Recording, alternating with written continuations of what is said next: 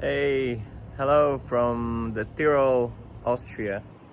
So today is a special day for me. This is my first 50th anniversary 90 V8 that I've been able to put my hands on, and I'm lucky enough to buy this one today and drive it home for 900 kilometers.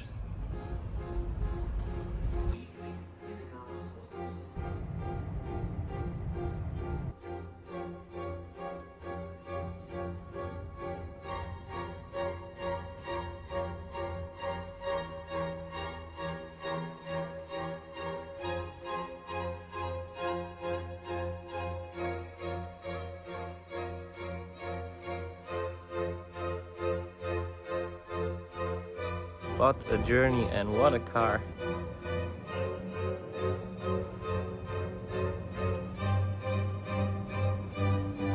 This is actually the most powerful Defender that was ever originally produced.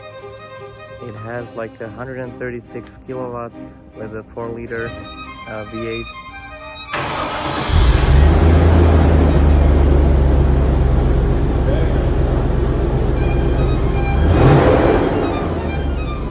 And I'm really looking forward to the drive home, to the adventure from these beautiful Austrian mountains.